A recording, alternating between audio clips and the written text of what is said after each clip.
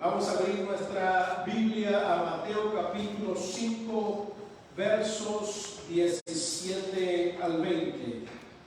Mateo capítulo 5, versos 17 al 20. Y la palabra del Señor dice así en Mateo 5, 17 al 20. No malinterpreten la razón por la cual he venido. Está hablando Jesús en su sermón del monte. No vine para abolir la ley de Moisés o los escritos de los profetas. Al contrario, vine para cumplir sus propósitos. Les digo la verdad, hasta que desaparezcan el cielo y la tierra, no desaparecerá ni el más mínimo detalle de la ley de Dios hasta que su propósito se cumpla. Entonces, si no hacen caso al más insignificante mandamiento y les enseñan a los demás a hacer lo mismo, serán llamados los más insignificantes en el reino del cielo. Pero el que obedece las leyes de Dios y las enseña, será llamado grande en el reino del cielo. Les advierto, a menos que su justicia supere a la de los maestros de la ley religiosa y a la de los fariseos, nunca entrarán en el reino de los cielos. Tome su lugar. El sermón del monte que encontramos en Mateo en los capítulos 5 al 7 es la enseñanza de nuestro Señor y Redentor Jesucristo acerca de las condiciones para recibir la salvación y para alcanzar la vida eterna. Jesús comienza su sermón explicando la actitud con la que debemos venir ante Dios para recibir su perdón, y estas mismas actitudes o características con las cuales Él abre su sermón se tiene que continuar mostrando en la vida del creyente para poder ser luz y sal en este mundo.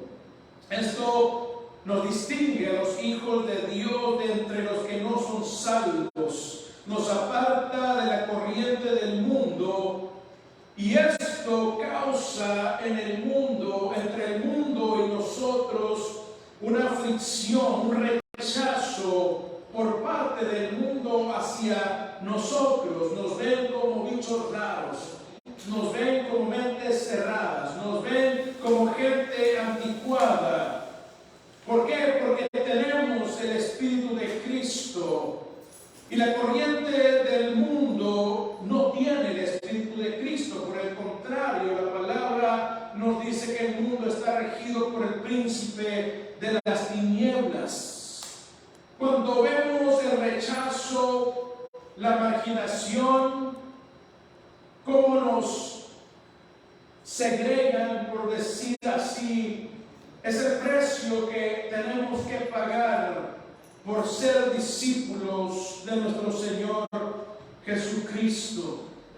Es un precio de querer realmente hacer la voluntad de Dios. No solo en el mundo vamos a experimentar esto, sino desgraciadamente aún dentro de la iglesia de Cristo experimentamos también el rechazo, experimentamos también el desacuerdo entre aquellos que no quieren seguir a Cristo como se debe, aquellos que no quieren comprometerse totalmente para servir y adorar a nuestro Dios. Amén.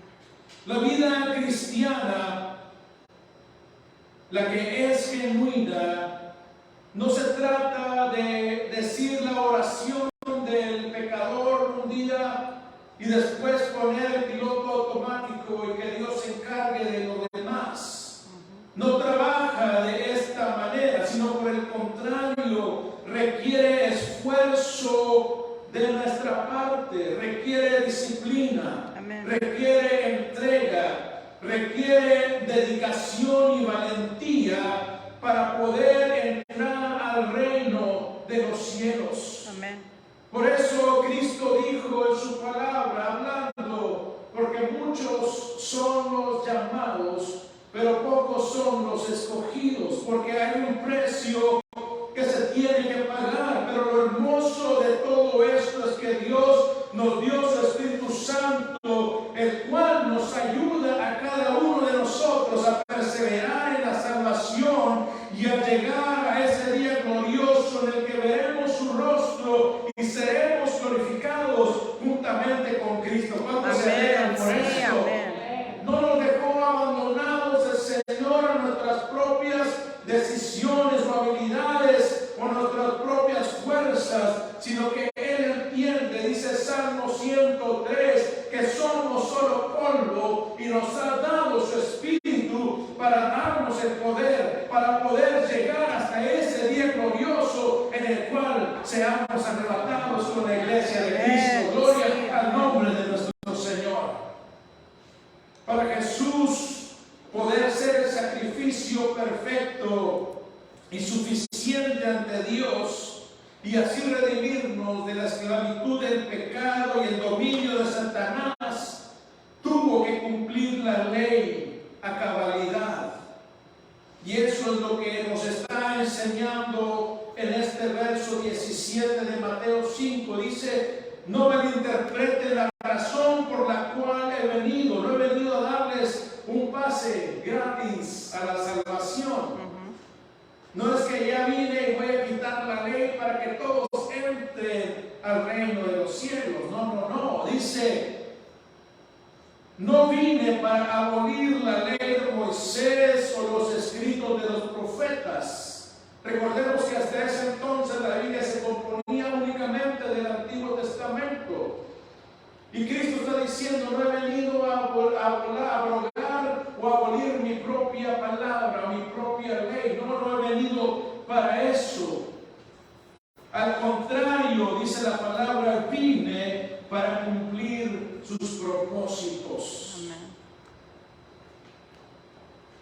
A través de su vida, Jesucristo vino a enseñarnos obediencia. Vino a enseñarnos lo que es entregarse completamente al servicio de Dios. Jesucristo, vemos por la palabra que es el único ser humano que pudo cumplir la ley de Dios completamente, porque además de ser 100% hombre, Él es 100% Dios y es capaz de cumplir su propia palabra. Y esto era necesario para que nosotros no termináramos en la condenación eterna como pago por nuestras iniquidades. Si Cristo no hubiera cumplido la ley cabalmente, estaríamos aún en nuestros delitos y pecados. Su sacrificio hubiera sido en vano, pero la palabra nos enseña que Él de una vez y para siempre entró ante el trono de Dios con su propia sangre para redimirnos del pecado y de la esclavitud en la que nos encontrábamos. ¿Cuántos alaban su nombre? Romanos 6:23 nos dice: porque la paga del pecado es vida eterna. Muerte. No, ¿verdad? ¿Me equivoqué? La paga del pecado es muerte. Pero hay un pero. Nos encantan los peros en la palabra de Dios, porque el pero va seguido de una promesa, de una vía de escape para nosotros. Dice: pero la dádiva de Dios, que dice, es vida eterna. ¿En quién? En Cristo Jesús, en nadie más. Dios puso sobre su Hijo en la cruz el pecado de todos aquellos que escogió para salvación, para así poder Él descargar su ira sobre su propio Hijo. Qué tan amor, qué amor tan grande de Dios, aplacar su ira de sobre cada uno de nosotros. Él quitó su ira de nosotros y la depositó sobre su Hijo para que nosotros no tuviéramos que pagar el precio, porque nunca pudiéramos hacerlo. Es por eso que la gente terminará en el lago de fuego eternamente, porque aunque nunca mueran, nunca podrán pagar el precio de su pecado. Por el contrario, Vemos el gran amor con que Dios nos amó. ¿Cuánto le dan gracias por eso? No somos merecedores de ese amor y de esa gracia, pero Él le plujo salvarnos. Él le plujo derramar la sangre de su Hijo para que obtuviéramos la reconciliación con Él. Gloria al nombre de nuestro Dios.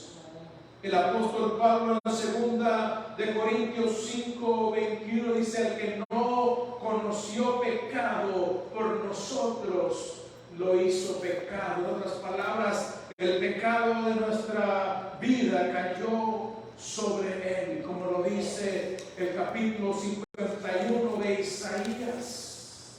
El herido fue por nuestras transgresiones, molido por nuestras iniquidades. El castigo por nuestra paz cayó sobre Él, y por sus heridas hemos sido sanados. ¡Qué maravilla la palabra de nuestro Dios! ¡Qué maravilloso el Dios que nosotros servimos! Y vemos por la palabra que era imprescindible que Cristo guardara la ley de su Padre, la perfección, para que su sacrificio fuera efectivo y nosotros recibiéramos la salvación a través de ese sacrificio. Jesús no vino a cambiar o a anular la palabra de Dios, porque la palabra de Dios es perfecta, es completa, es pura. Y en el Salmo 19, anótelo y lléveselo de tarea. En el Salmo 19 vemos que Dios nos habla acerca de su palabra, diciéndonos lo que su palabra es. Gloria a Dios. La palabra de Dios nos enseña en el Salmo 19 que es perfecta.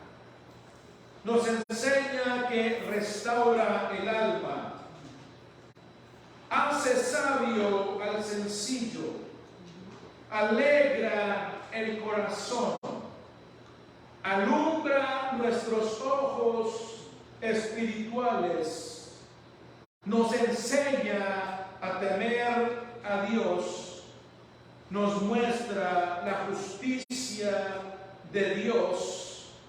Y a todo aquel que ama y teme a Dios, le es deliciosa, le es dulce. Y también hay una promesa: recompensar a aquellos que le obedecen. Amén. Así es que le dejo esa tarea esta semana. Medita en el Salmo 19 y deje que el Señor le ministre a su espíritu, a su corazón. Por eso Jesús dijo: no vine a abolir la ley, no vine a quitarla. Por el contrario, la ley del Señor es perfecta, que convierte el alma. ¿Por qué? Porque nos enseña nuestra incapacidad de nosotros poder alcanzar la salvación, y nos causa que pidamos misericordia y gracia para ser perdonados. Gloria al nombre de nuestro Señor. Aleluya. Verso 18 de Mateo 5 dice: les digo la verdad, hasta que desaparezcan el cielo y la tierra, no desaparecerá ni el más mínimo detalle de la ley de Dios, hasta que su propósito se cumpla. Vemos que Jesús nos asegura por estas palabras que nunca la palabra de Dios dejará de ser. Como ya sabemos, habrá un día en el cual Dios desintegrará el universo, lo va a deshacer. Ya no va a existir el universo como nosotros lo conocemos, sino que Él lo va a desintegrar para dar paso a un universo nuevo, el cual Él creará, en el cual ya no existirá el pecado ni la maldad. Pero la palabra suya continuará siendo perfecta, porque fue inspirada por el mismo Dios, y su nombre siempre la respalda. Gloria al nombre de nuestro Dios. Vemos que nuestro Señor Jesucristo nos dice que todo el propósito de la palabra de Dios se cumplirá al pie de la letra. El salmista estaba completamente seguro de esto. En el Salmo 138:8 nos dice: el Señor cumplirá su propósito en mí. Y por eso Jesús dice que la palabra cumplirá su propósito hasta que nosotros seamos glorificados. La palabra de Dios es la que nos guía, la que renueva nuestra mente y transforma nuestra conducta. Amén. La palabra de Dios trabaja en el interior. La psicología inventada por el hombre, la cual procede de la carne, trabaja en lo exterior. ¿Cómo vas a cambiar tu comportamiento en lo exterior, pero no puede trabajar en lo interior, lo cual es espiritual? Porque lo espiritual, dice Pablo en Corintios, se discierne espiritualmente. Dice que el hombre natural no puede percibir, no puede discernir las cosas del Espíritu, porque no tiene el Espíritu de Cristo. Pero la palabra de Dios, que permanece para siempre, trabaja en nuestro interior, trabaja en nuestra mente, para que seamos transformados de adentro hacia afuera a la imagen de Cristo, y se pueda notar en nuestra conducta diaria ante el mundo. ¿Cuántos alaban al Señor? Amén. Por eso Jesús hace hincapié en la palabra y dice que nunca va a pasar ni un solo detalle de ella, sino que va a cumplir ese propósito glorioso por el cual Dios la manda a nosotros. En Jeremías también Dios dice: así como mando la lluvia, y cuando cae en la tierra hace el trabajo por el cual yo la envío, de dar vida a las plantas y que las plantas den fruto, así mi palabra no volverá a mí vacía. Gloria al nombre de nuestro Señor. La palabra siempre está activa cuando estamos oyendo el mensaje de Jesucristo. Y hay solamente dos respuestas a la palabra de Dios: o la recibimos o la rechazamos. Amén, así es. Y cuando el ser humano escucha el mensaje del Evangelio, cuando escucha la verdad de Jesucristo y rechaza y no hace caso, el corazón se va endureciendo, la conciencia se va cauterizando hasta el punto que Dios lo abandone a su propia suerte. Es lo que nos dice el capítulo 1 de Romanos. Por eso hay únicamente dos respuestas: o nos ablanda y nos transforma, o nos endurece para que seamos perdidos eternamente. That's right. Verso 19. Entonces, si no hacen caso al más insignificante mandamiento y les enseñan a los demás a hacer lo mismo, en otras palabras, a desobedecer la ley de Dios también, serán llamados los más insignificantes en el reino del cielo. Aquí está un tropero hermoso. Pero el que obedece las leyes de Dios y las enseña será llamado grande en el reino del cielo. Amén. Vemos por este verso que Jesucristo pronuncia juicio hacia quienes no obedezcan la palabra de nuestro Dios, hacia aquellos que aún desobedeciendo la enseñan a otros a desobedecer también la palabra de Dios, aquellos que enseñan doctrina adulterada. Sabemos por la palabra que no tendrán parte en el reino de nuestro Dios.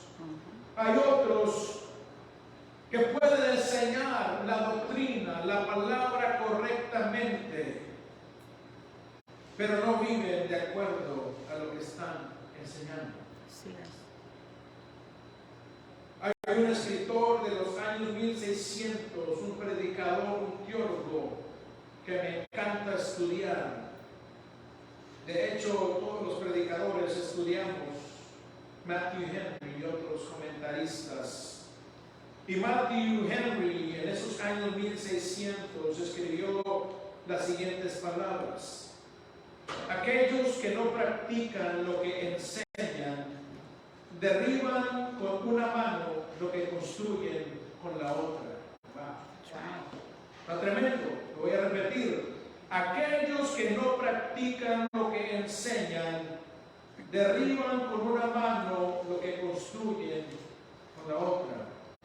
En otras palabras, enseñan en vano, viven una mentira y tienen mal testimonio o traen mal testimonio al Evangelio de Jesucristo. Un día Cristo mismo nos dice en su palabra que les dirá: nunca los conocí, apártense de mi presencia. Es tremendo, va a ser triste, va a haber sorpresas en el reino de los cielos. Pero ¿sabe qué? Cada uno de nosotros somos responsables en lo individual. Amén. De cómo vamos a trazar la palabra, de cómo vamos a aplicar la palabra en lo personal. Vamos al verso 20. Dice así: les advierto, a menos que su justicia supere a la de los maestros de la ley religiosa y a la de los fariseos, nunca entrarán en el reino de Dios. Cuando leemos este verso, aparentemente Jesús les está echando flores a los escribas y a los fariseos. Dice: ustedes tienen que ser más justos que ellos. El guardar la ley de ellos, ustedes la tienen que superar. Pero Jesús no les está echando flores a los líderes religiosos del pueblo de Israel. Por el contrario, está poniendo descubierto la realidad de la profesión de los escribas y fariseos, la cual era meramente basada en lo externo. Todo lo que ellos hacían es para ser visto de los hombres. Eran ritos, eran costumbres desprovistos de una sincera adoración a Dios. Estos líderes religiosos creían que las obras de la carne les aseguraban la vida eterna, pero torcían la ley para hacerla a su conveniencia, creyendo ser salvos por hacer esto. Vemos esto en muchas iglesias, vemos esto en muchos evangelistas, vemos mucho esto en muchas denominaciones. Vemos a través de la palabra que Jesús reprendía duramente a los líderes religiosos del pueblo de Israel, pero ellos, en lugar de arrepentirse, en lugar de decir: tiene razón, necesitamos la gracia, necesitamos la misericordia, nos dice la palabra que lo odiaban cada vez más. Querían darle muerte, querían sorprenderlo en alguna falta para acusarlo y llevarlo a la muerte. Tenían odio por el Hijo de Dios. Juzgaban a todo el mundo creyéndose ser rectos. Y esto sucede con la religiosidad, y Dios nos guarde a nosotros. Amén. Dios nos libre, que seamos sinceros, que seamos humildes, que podamos estar frente a nuestro Dios tal y como somos y roguemos por esa misericordia. Porque es así como comienza Jesucristo este sermón. Tenemos que entender nuestra culpabilidad, nuestra bancarrota espiritual. Tenemos que tener hambre y sed de su justicia. Amén. Mostrar compasión, ser misericordiosos, procurar la paz, tener un corazón puro delante de Dios. Amén. Y aun cuando seamos perseguidos, entender que es por la causa de Cristo, ya hay gran recompensa para nosotros. Amén. Veamos lo que Jesús les dice a los líderes del pueblo en Marcos capítulo 7, versos 6 al 9.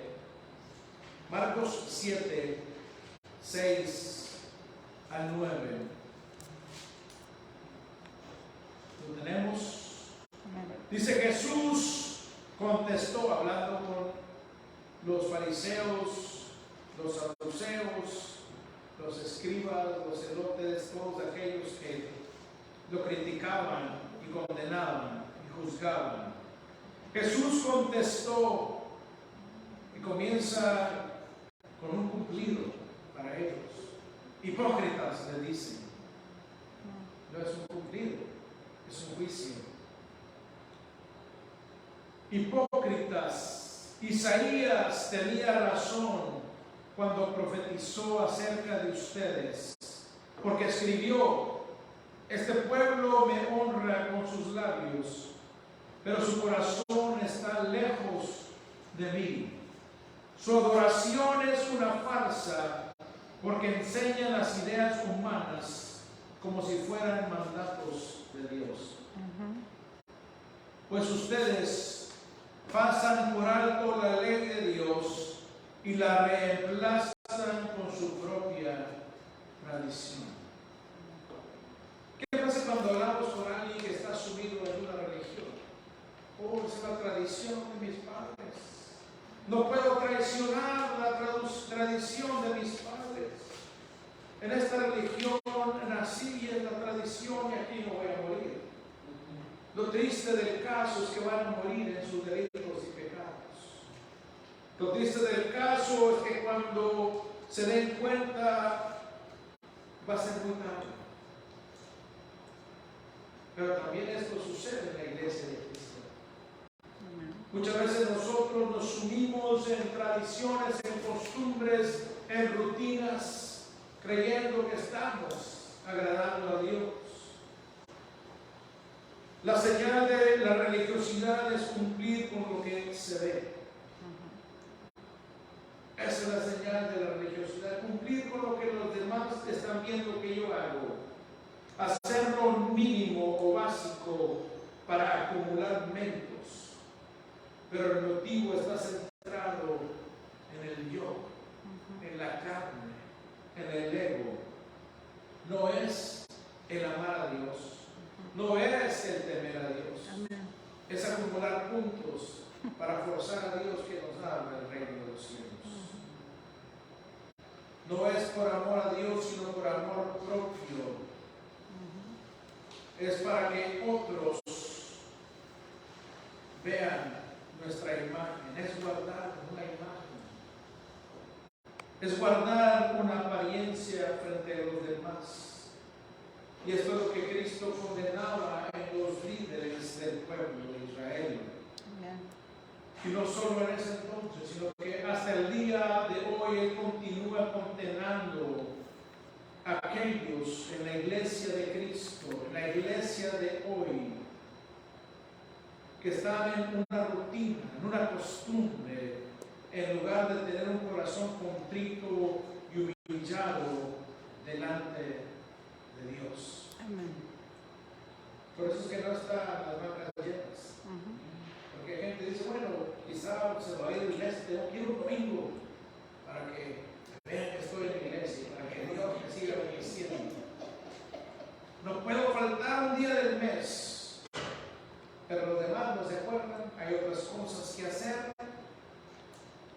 Cuando Dios demanda de nosotros entrega total. Amén. Y la entrega se muestra fácilmente estando en la casa del Señor. Amén. Estando en la compañía de los santos. Porque aquí es donde envía el Señor vida eterna. Envía Así es. bendición. Por eso no podemos nosotros pensar que lo que estamos haciendo, cuando nosotros queremos, cuando se nos ocurre hacerlo para que Dios no se enoje con nosotros, Dios lo está contando, ¿no? Estamos muy equivocados. Es lo que estaba diciendo el Señor en este pasaje. No podemos ser como los fariseos y los escribas y los saduceos y los celotes y todos los religiosos, pensando que las obras nos van a alcanzar la salvación. Es la fe en la palabra del Hijo de Dios. Amén. Es la fe en el Hijo de Dios. Es dejar que el Espíritu Santo sea nuestra guía, sea que nos dé la capacidad de cumplir la palabra de Dios. Es mi oración como pastor de esta congregación. Y no solo mi oración, sino también es mi deseo que nuestro Dios nunca pronuncie de nuestra congregación estas palabras que pronunció a esos líderes del pueblo. Que no escuchemos, porque Dios aún sigue hablando a nuestras vidas. Amén. Pero qué triste sería que venga algún profeta, algún predicador, alguien de afuera y nos diga: este pueblo de labios me honra, pero su corazón está muy lejos de mí. Es triste escuchar estas palabras. Por eso necesitamos ser prudentes, ser vigilantes, Sí, amén. estar despiertos, estar en oración, estar en ayuno, estar en la búsqueda de la palabra de Dios. Meditemos en esta tarde. Tomemos unos segundos para ver dónde está nuestro corazón en relación con Dios. ¿Será que realmente amamos y tememos a Dios y guardamos su palabra? ¿O será que estamos tratando de mantener una imagen, mantener una apariencia frente a los hombres? Y aún frente a Dios, es lo más triste, porque Dios nos conoce. ¿Cómo estamos en nuestra relación con Dios? ¿Qué nos diría ahorita mismo si nos hablara directamente? Gracias porque estás en mi casa y me adoras en espíritu y en verdad, y vienes con un corazón contrito y humillado. O nos va a decir: de labios me estás adorando y sirviendo, pero tu corazón está lejos de mí. ¿Qué palabras queremos escuchar, iglesia? Jesús nos manda a ser hacedores de su palabra. Y al ser hacedores nosotros, también enseñar a otros a amarlo y a servirlo en espíritu y en verdad. Eso es lo que Jesucristo dijo en Mateo 5, 13 y 14. Eso es ser luz, eso es ser sal. El vivir de acuerdo a la palabra, el poder discipular a otros a cómo vivir de acuerdo a lo que Dios estableció en su palabra. Debemos cada uno de nosotros cuidar celosamente nuestra vida, de no adaptar la Escritura a nuestras opiniones o a nuestra conveniencia, porque ponemos nuestra eternidad en peligro, y no solo nuestra eternidad, sino la de aquellos que nos están viendo, especialmente la de nuestros hijos y cónyuges, especialmente nuestra familia, nuestro núcleo familiar estará en peligro si realmente no estamos viviendo como la palabra nos enseña. Debemos cuidar nuestro testimonio delante de los hombres. Amén. Porque estamos siendo observados.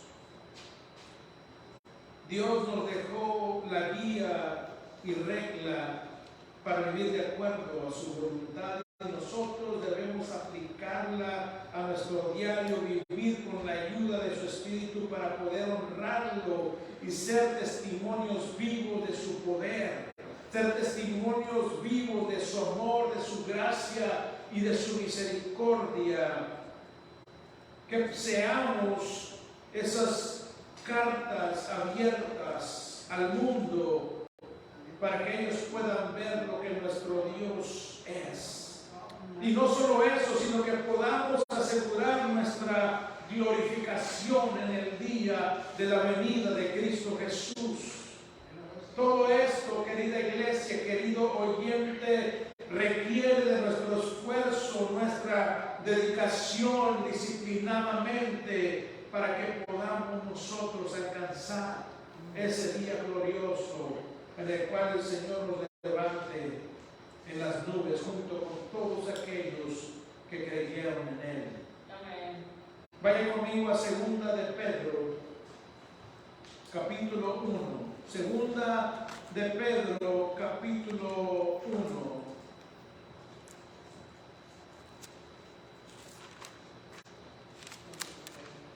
Vamos a los versos de 3 al 11. Capítulo 1 de Segunda de Pedro, 3 al 11 dice así: mediante su divino poder, Dios nos ha dado todo lo que necesitamos para llevar una vida de rectitud. Todo esto lo recibimos al llegar a conocer a aquel que nos amó por medio de su maravillosa gloria y excelencia. Y debido a su gloria y excelencia, nos ha dado grandes y preciosas promesas. Estas promesas hacen posible que ustedes participen de la naturaleza divina y escapen de la corrupción del mundo causada por los deseos humanos. En vista de todo esto, esfuércense al máximo por responder a las promesas de Dios, complementando su fe con una abundante provisión de excelencia moral.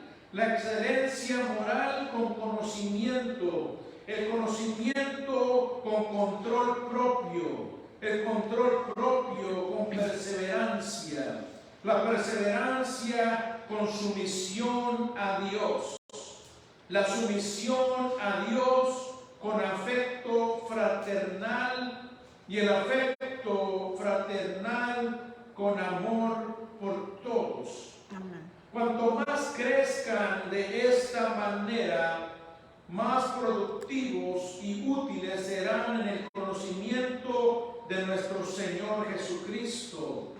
Pero los que no llegan a desarrollarse de esta forma son cortos de vista o ciegos y olvidan que nunca fueron limpiados de sus pecados pasados.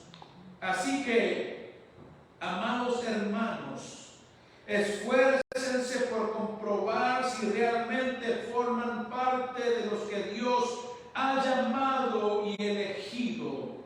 Hagan estas cosas y nunca caerán. Entonces Dios les dará un gran recibimiento en el reino eterno de nuestro Señor y Salvador Jesucristo. Amén. El conocimiento de nuestro Señor Jesucristo no es por experiencias emocionistas, por lo que vi en las nubes o por lo que me apareció en la tortilla o por lo que me haya dicho alguna persona supuestamente espiritual.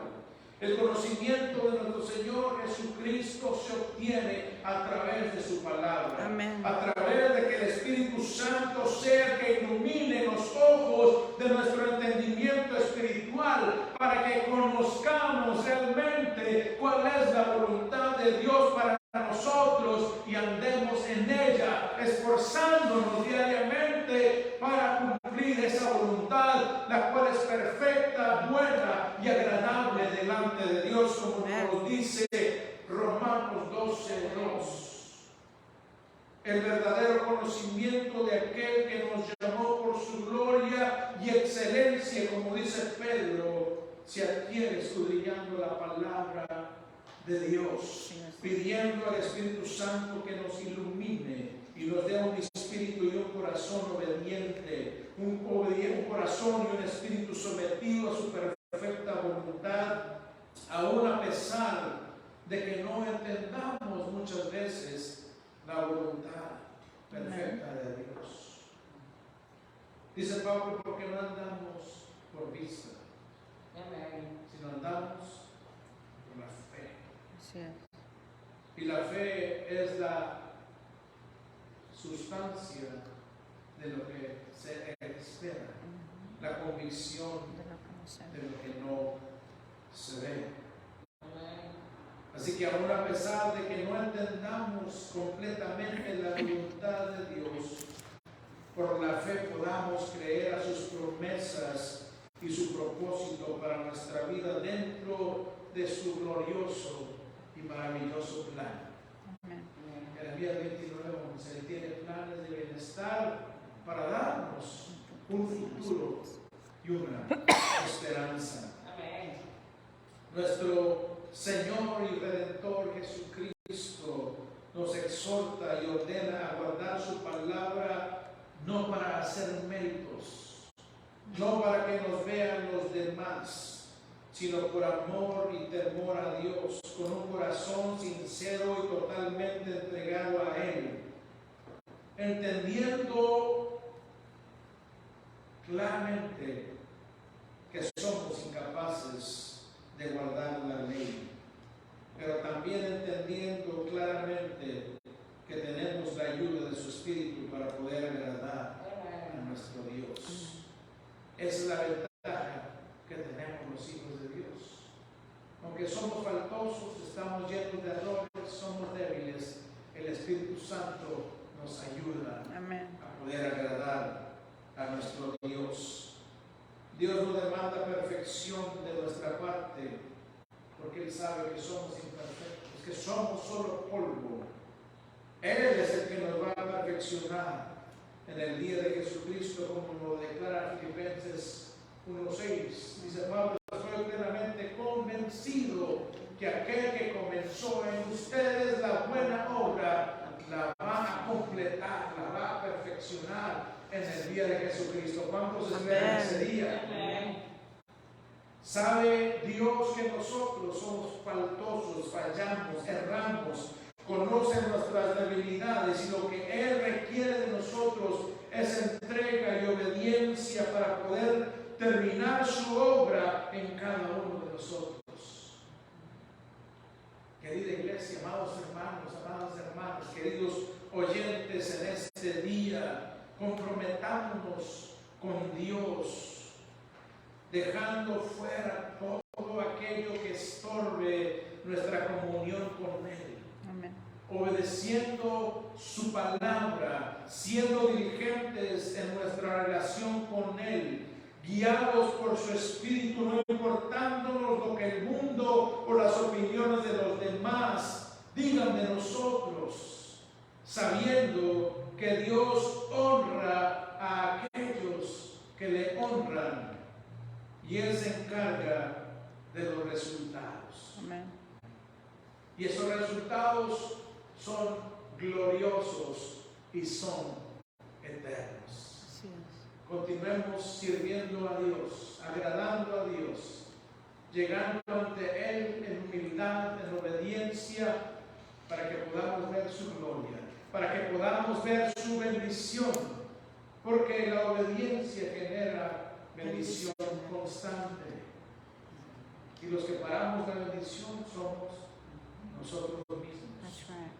Por eso echemos mano de la ayuda del Espíritu Santo y la palabra para poder ser más que vencedores, para poder nosotros alcanzar la gloria que Dios preparó para aquellos que aman la venida de nuestro Señor Jesucristo. Amén.